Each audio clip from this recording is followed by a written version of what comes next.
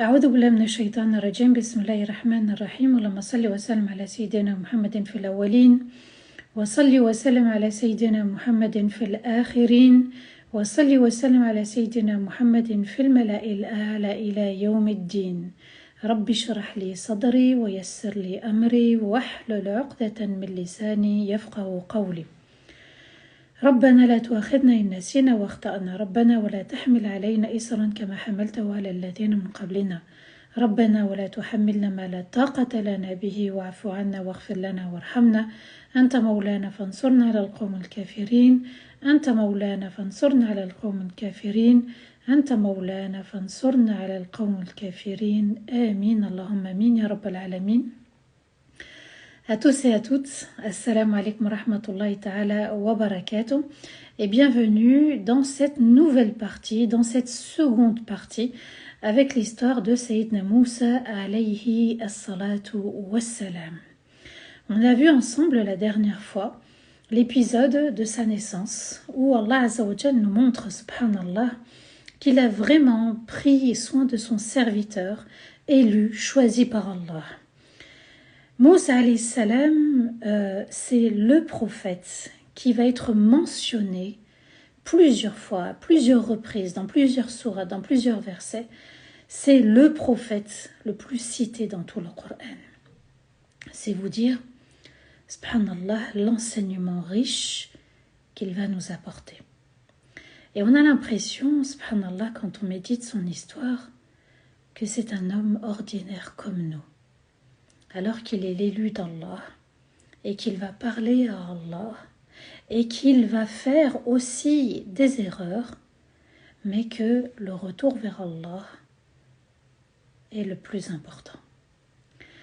Moussa, bébé, Allah révèle à la maman de se séparer de lui et il lui promet de le lui rendre.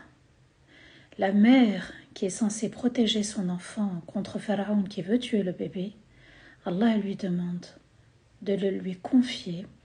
Allah Azza wa Jal va prendre l'enfant et va le faire venir jusqu'au palais de Pharaon. Il va grandir dans ce palais.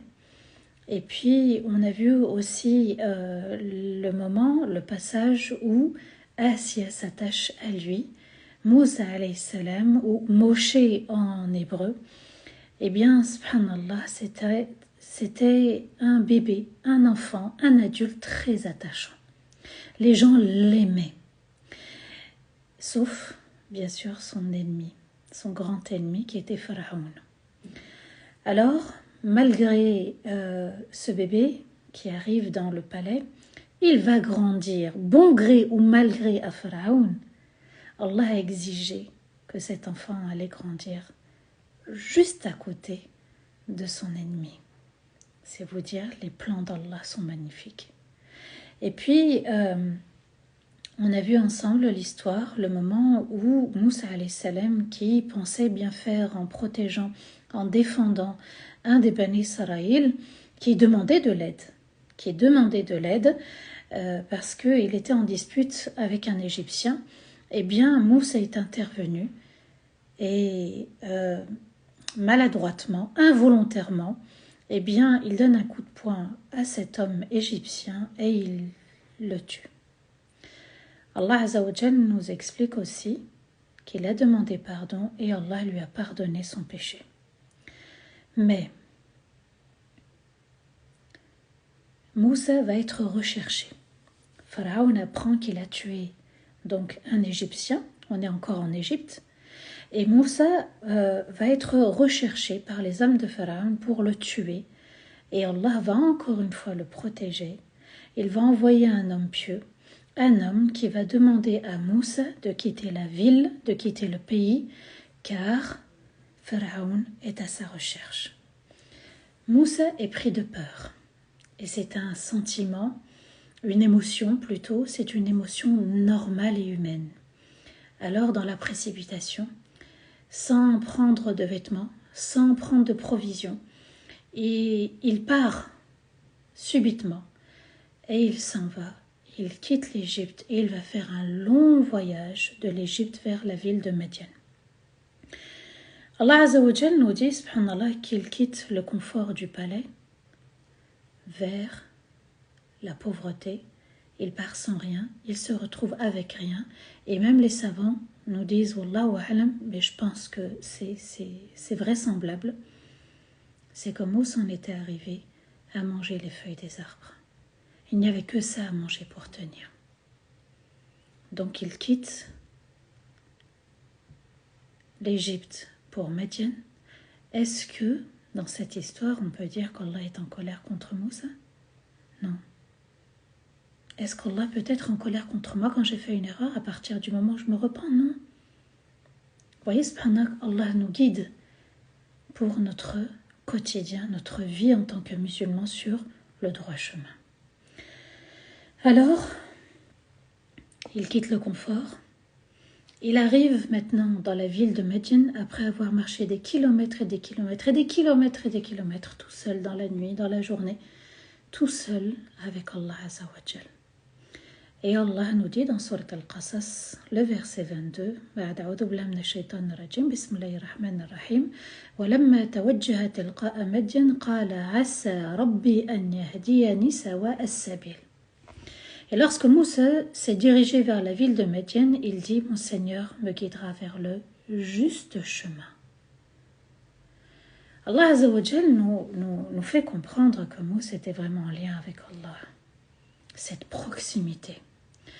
Il a demandé auparavant d'être sauvé, d'être protégé par Allah quand ils ont voulu le rattraper.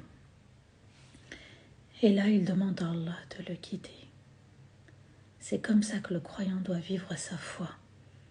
À chaque instant, à chaque moment, et même si on se trompe, ma'alish, tant que je reviens et qu'Allah me pardonne. Et Moussa s'est dirigé vers la ville de Médian. Allah nous dit explicitement qu'il arrive dans la ville de Médian. Et on avait vu, subhanallah, avec le prophète Chouaïb, la balance, et que dans cette ville, la ville de Médian, il y avait le prophète Chouaïb, alayhi salam. Est-ce que Chouaïb était encore vivant au moment où Moussa arrive dans la ville? Allahu a'lam. Et ici, il fait la dua qu'Allah le guide sur le juste chemin. Sawa as-sabil, au milieu, d'être toujours dans le juste milieu. C'est ce qui nous manque. On ne peut pas être dur avec notre religion parce que notre religion ne le demande absolument pas. La dureté mène vers les extrêmes. D'accord? Donc, choisissons toujours le juste milieu et on fait ce qu'on peut dans notre religion sans nous imposer une charge qu'on ne pourrait pas supporter. Et par la suite, quand il arrive dans cette ville, qu'est-ce qui se passe? Allah Azza wa Jal nous dit dans le verset d'après, le verset 23, وَلَمَّا وَرَدَ مَاءَ مَدْيَنَ وَجَدَ عَلَيْهِ أُمَّةً مِنَ النَّاسِ يَسْقُونَ وَوَجَدَ مِنْ دُونِهِمْ إِمْرَأَتَيْنِ تَذُودَانِ قَالَ مَا خَطْبُكُمَا قالتا لا نسقي حتى يصدر الرعاء وأبونا شيخ كبير.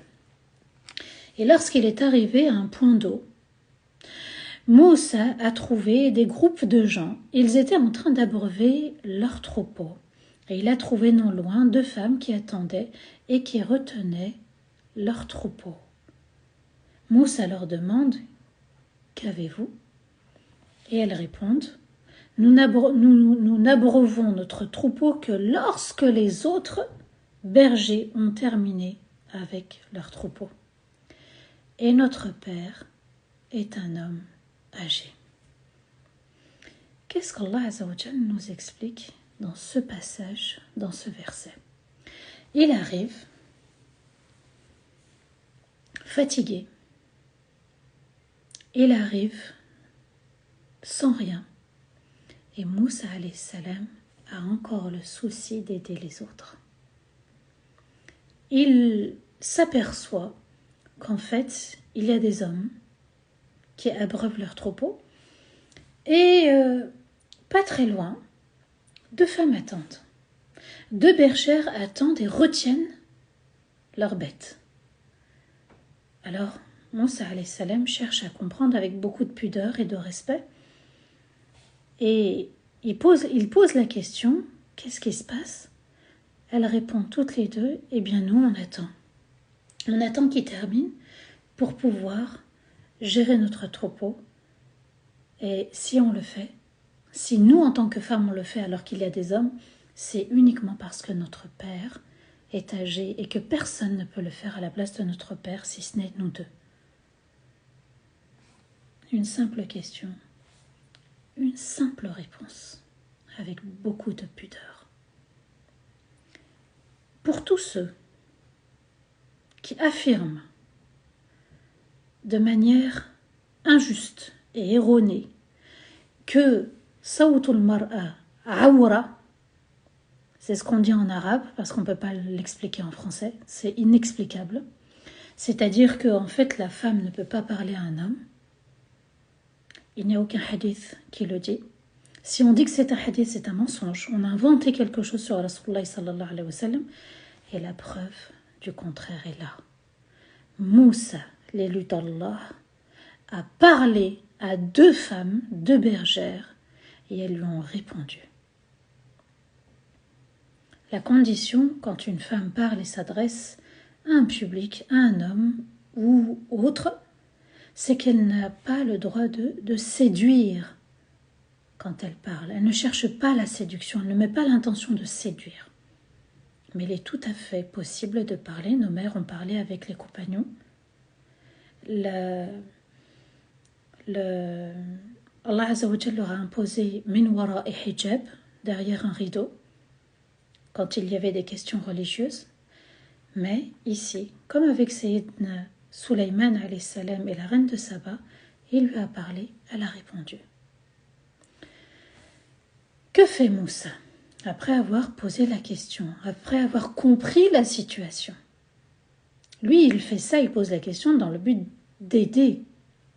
Allah nous dit le verset 24, juste après. فَسَقَى لَهُمَا ثُمَّ تَوَلَّ إِلَى الظِّلِّ فَقَالَ رَبِّ إِنِّي لِمَا أَنزَلْتَ إِلَيَّ مِنْ خَيْرٍ فَقِيرٌ. Alors Moussa a abreuvé pour elle leur troupeau. Puis, il s'est posé sous l'ombre d'un arbre et il a dit, et il a invoqué, Seigneur, tout ce que tu feras descendre sur moi, j'aurai toujours besoin de toi. Il vient d'aider, il vient de faire sadaqa. Le prophète alayhi salatu wassalam a dit kullu ma'roufin sadaqa. Tout ce qui est bon de faire, c'est une sadaqa. Après sa sadaqa, il s'assoit, il s'isole et il s'entretient avec Allah. Encore une fois la dua. Allah protège-moi, Allah guide-moi, Allah donne-moi. Et il dit, mon Seigneur, tout ce que tu feras descendre sur moi comme khair. Le khair dans le Coran a 4 significations. Soit c'est la force, soit c'est la nourriture, soit ce sont les bonnes actions, soit c'est aussi l'argent. Et là, il demande, et il est reconnaissant envers Allah, tout ce que tu fais descendre sur moi comme bien. C'est-à-dire, ya Allah, je suis reconnaissant pour ce que tu m'as fait aussi descendre comme bien auparavant, et aujourd'hui je te demande encore. Allah Azza wa Jal nous dit ici, il invoque, il demande. Et c'est ce qu'il faut faire en tant que croyant. Ya Allah, j'aurai toujours besoin de toi. Un des noms d'Allah qui prouve notre besoin à Allah, c'est As-Samad. Le nom d'Allah, As-Samad. Qul huwallahu ahad, Allahu Samad. Nous avons besoin de lui, il n'a pas besoin de nous. Ya Allah, fais descendre sur moi un khair, un bien. Il a laissé entre les mains d'Allah. Il a aidé avec une bonne intention.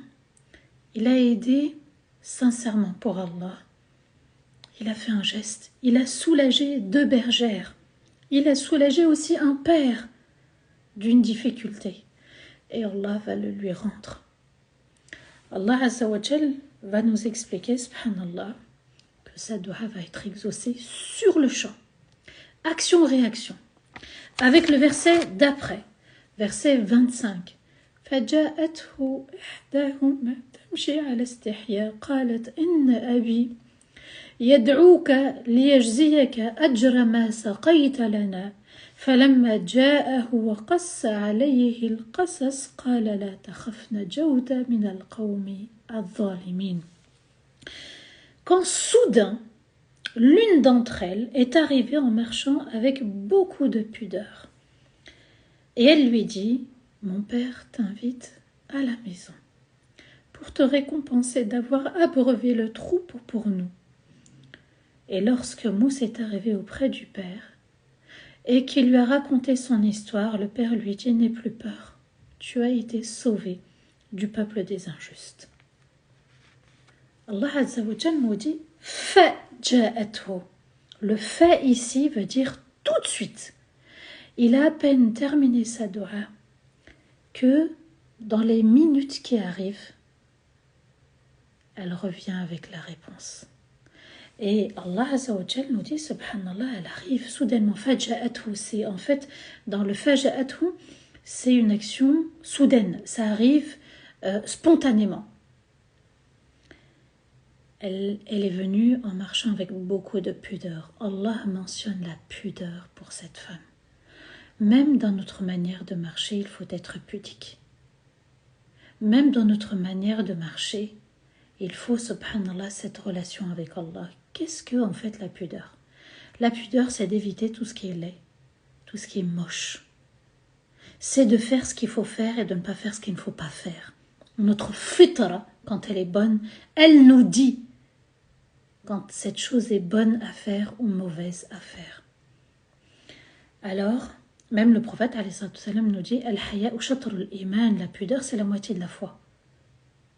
Ça doit faire partie de notre vie de musulman. La pudeur a été retirée. Les shayatines ont tout fait pour retirer la pudeur, même chez nous, les musulmans. Quand on voit dans les réseaux des femmes qui font du sport en legging et qui sont là à se dandiner sous la musique, ou bien des hommes aussi qui se montrent au niveau de leur corps, ou la pudeur même dans les mots, la pudeur dans le regard, ça se perd énormément. Là, la démarche, le regard, la voix, tout y est. Allah nous dit, elle est venue avec beaucoup de pudeur. Et elle dit, tout simplement, mon père t'invite à la maison pour te récompenser de nous avoir aidés. Et Allah nous dit, subhanallah, que voilà, elle est venue lui transmettre un message. Les savants expliquent aussi que lorsque elle devait lui indiquer où est-ce qu'ils habitaient, parce que Moussa ne savait pas, elle s'est mise derrière lui et lui indiquait le chemin, en disant peut-être de tourner à droite, à gauche. Il y en a qui disent avec des pierres, lancer la pierre à droite pour dire que il faut tourner à droite, à gauche pour dire que c'est à gauche, subhanallah. Mais il y avait beaucoup de pudeur. C'est magnifique la pudeur. La pudeur dans les vêtements amples pour une femme. La pudeur, subhanallah, dans les paroles. Une femme, c'est beau quand c'est sage, quand ça a de la retenue. Même un homme, subhanallah, quand il est pudique, eh bien notre religion va bien, notre communauté va bien. Allah nous dit, il arrive chez le père, et là, eh bien il va lui raconter son histoire, il va lui raconter son parcours, il va lui raconter ce qui est arrivé en Égypte avec Pharaon et ce qu'il a amené ici dans cette nouvelle ville de Médiane. Et le père, eh bien, le croit et il lui dit, Allah t'a sauvé. Est-ce que c'était Chouaïb? Allahu a'lam. Encore une fois, Allahu a'lam. Peu importe que ce soit Chouaïb ou pas, alayhi salam, ça n'est pas le plus important. Le plus important, subhanallah, c'est que ce père, il a un lien avec ses filles magnifiques. Parce qu'elles ont pu lui raconter avec sérénité. Et il a pu les écouter avec sérénité. Il leur a même dit, dites-lui de venir, je vais le remercier. Je vais le récompenser. C'est la moindre des choses. Et c'est ça en fait le vrai musulman. Il n'y a pas de machisme chez nous. Il n'y a pas à prouver sa virilité chez nous. Il y a un bon comportement, il y a de la générosité, il y a des principes et des valeurs, il y a beaucoup de pudeur. Et là, ce père, subhanallah, affectueux, d'où tous les termes que vous voulez, il agit, il réagit face à cet homme qui s'est montré bienveillant envers ses filles, il les a aidées. Et Moussa va accepter donc cette invitation, il se rend chez le père, il va lui raconter ce qui lui est arrivé en Égypte. Les deux sœurs ne sont pas très loin, elles écoutent ce qui se dit entre le père et Sayyidina Moussa, alayhi salam, et Allah va nous dire dans le verset 26, قالت إحداهما يا أبتي استأجره إن خير من استأجرت القوي الأمين. L'une d'elles a dit à son père, cher père, engage-le, car le meilleur que tu puisses engager, c'est l'homme fort et l'homme digne de confiance. Donc, ici, subhanallah, le lien entre père-fille, c'était un lien sacré, c'était un lien affectueux. Et puis, elle a réussi à dire à son père, avec une ma'na. La ma'na, c'était laquelle? J'ai envie de me marier avec lui. Je veux l'épouser, cet homme. Parce qu'il nous a montré qu'il était fort et digne de confiance.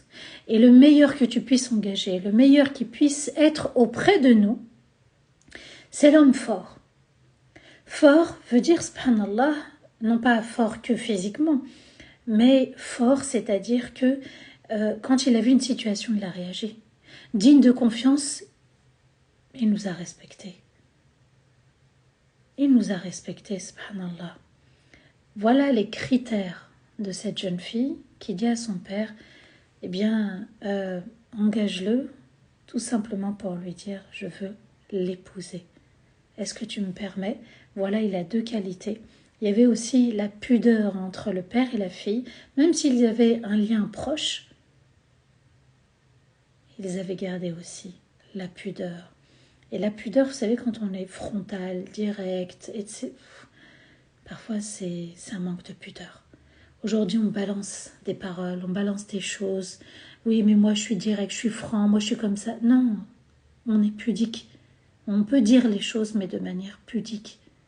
Ça évite justement que les paroles prennent de l'ampleur et ça dépasse les limites après. Donc ici, cette jeune fille, elle a le courage et la sagesse, c'est bien de faire une proposition à son père en parlant d'un éventuel futur époux, qui serait Moussa alayhi salam. Alors, bien sûr, c'est un message à tous les papas, d'être attentifs à leurs filles, et lorsqu'elles arrivent à un âge où elles peuvent se marier, d'être ouvert d'esprit. Mais pour être ouvert d'esprit à cet âge-là, il faut être ouvert d'esprit avant, c'est-à-dire créer du lien avec ses filles. Le père doit créer du lien avec ses filles. Il ne faut pas qu'il soit dur, il ne faut pas qu'il soit intransigeant, carré, surprotecteur. Ou bien être touché dans sa virilité et être dur avec ses enfants. Ce n'est pas le cas ici. Le père est tellement doux qu'elles ont respecté leur père. Elles ont fait les choses dans les règles de l'art.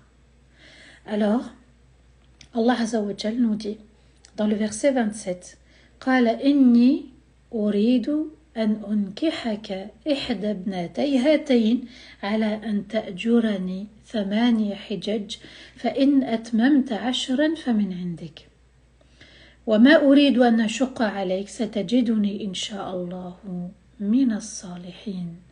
Le père dit, je veux te marier à l'une de mes 2 filles que voici, en échange de rester auprès de moi pendant 8 années.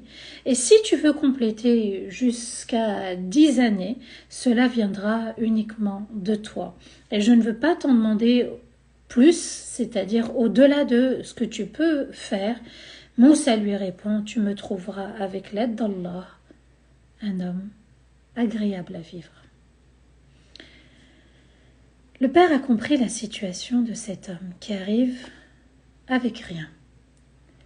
Et il voit, subhanallah, que sa fille est intéressée par cet homme charismatique. Alors, regardez comment il est juste. Cette ville, la ville de Madian, c'était la ville de la balance. Elle misaine, il trichait dans la balance. Eh bien, ici, ce papa nous dit quoi? Il est juste. Pourquoi? Il sait pertinemment que Moussa alayhi salam arrive avec absolument rien. Mais il faut une dot. Il faut le cadeau de la mariée. Quand on marie sa fille, il faut que l'homme apporte le cadeau de la mariée. Al-mahr, le cadeau. Dites plutôt cadeau de la mariée, pas dot. Alors il lui propose, en forme de dot, en guise de dot, d'être à son service, de travailler pour lui pendant 8 ans. C'est-à-dire de s'occuper du troupeau, c'est-à-dire de l'aider dans la maison, d'être aux soins pendant 8 ans. Voilà la dot intelligente, sage que le père propose. Et il lui dit, voilà, moi je te propose 8 années. Et si tu veux compléter? Ça, c'est la rahma du père, de l'homme croyant, de l'homme musulman. Il lui dit, moi je te demande 8 années. Et si tu veux ajouter 2 années, ceci viendra de toi. Je ne veux pas t'en demander plus. Vous voyez, c'est ce qui manque aussi parfois dans la communauté, la rahma.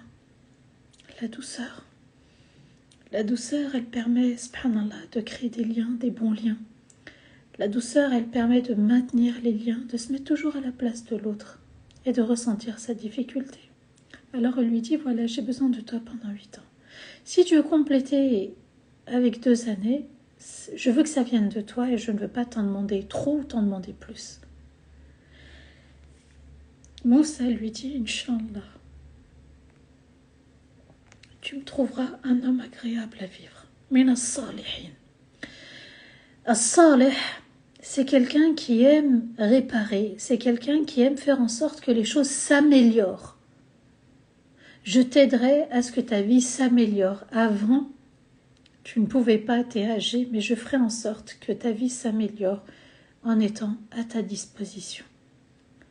Voilà, subhanallah, le futur gendre digne qui tient son engagement. Il n'est pas encore prophète messager, mais c'est un homme, c'est un rajal. C'est ce qu'Allah Azza wa Jal nous dit, subhanallah, ar-rijalu qawwamun 'ala an-nisa. Les hommes prennent soin et les hommes prennent vraiment soin des femmes. Allah Azza wa Jal l'explique, subhanallah, que en fait ici, c'est le bon comportement qu'il faut regarder. Les hommes rendent service et prennent soin des femmes. Elle a vu son bon comportement. Le père a vu le bon comportement. Elle a sûrement validé le regard, mais il ne faut pas s'arrêter au regard, ni s'arrêter au cœur. Il faut absolument regarder la personnalité. Est-ce que cet homme mérite mon amour? Et ensuite, je peux l'aimer. Moussa alayhi salam, pourquoi sa dua a été mustajab? Parce qu'à l'intérieur, et ça c'est un message pour tous les célibataires, à l'intérieur, il est comblé. Il n'est pas dans un vide affectif. Il est tellement comblé par l'amour d'Allah que il accepte toutes les situations. Et quand on est comblé, on est prêt à se marier. Quand on est très proche d'Allah et qu'à l'intérieur, il n'y a pas un vide affectif, Allah Azza wa Jalla nous met les bonnes personnes sur notre chemin. Ça, c'est très important. Donc ici, eh bien, il est important de comprendre une chose, c'est que quand Allah lui exauce, c'est parce qu'il ne dépend pas des autres. Il ne dépend pas des autres. Il n'est pas dans une dépendance aussi affective. Il est comblé avec Allah. Il prend son bonheur auprès d'Allah. Et c'est comme ça qu'il faut se marier avant, pour que les doigts soient mustajab. Il lève à peine les mains. Allah exauce tout de suite. Et il lui donne, subhanallah, une fille pieuse, une femme pudique, une femme qui sait ce qu'elle veut. Al-Qawi al-Amin. C'était ses critères à elle, en tout cas. Alors, Moussa alayhi salam, pour répondre à ce père qui va proposer, et en plus le père est sage, il lui dit l'une d'elles, moi je te propose l'une d'elles.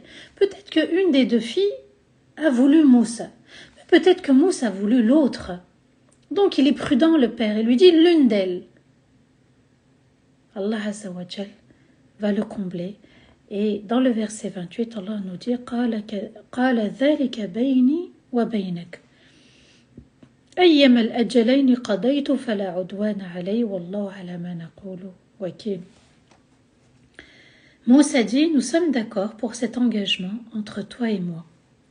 Quels que soient les deux délais, je m'en tiendrai et il n'y a aucune charge pour moi. Et Allah est le chargé de nos affaires pour notre engagement. Donc voyez, il donne sa parole. Ça y est. Il s'engage.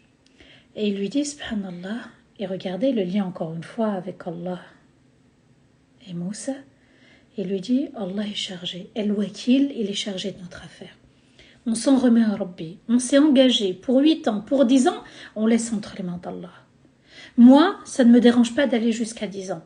Mais netwaklu ala Allah. Subhanallah. En méditant cette histoire,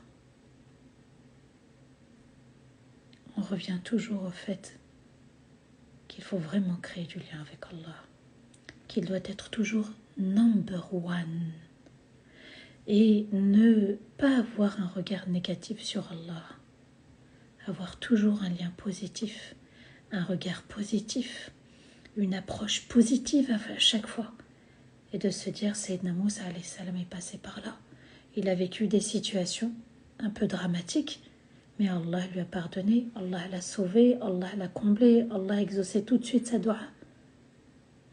Et on sent dans cette histoire que c'est comme un homme comme nous. Donc, c'est à la portée de tous, à partir du moment où j'ai choisi d'être proche de mon Seigneur, Allah Azza wa Jal va le combler et Allah va le soutenir, Allah va l'accompagner et il va vivre les 10 années auprès de ce père, il va fonder une famille et ensuite la mission va commencer. Qu'Allah nous permette d'être toujours proche d'Allah, d'invoquer toujours Allah dans chaque situation, qu'Allah exauce toutes nos doigts sont toujours exaucées, elles seront toujours exaucées, mais d'être convaincus qu'elles seront exaucées. Qu'Allah nous garde sur le droit chemin, qu'Allah nous sauve du feu de l'enfer, qu'Allah nous accorde la sérénité et qu'Allah nous accorde le firdaus al-a'la. Amin ya Rabbil alamin. بارك الله فيكم واستغفر الله لي ولكم سبحان ربك رب العزة عما يصفون وسلام على المرسلين والحمد لله رب العالمين آمين اللهم آمين.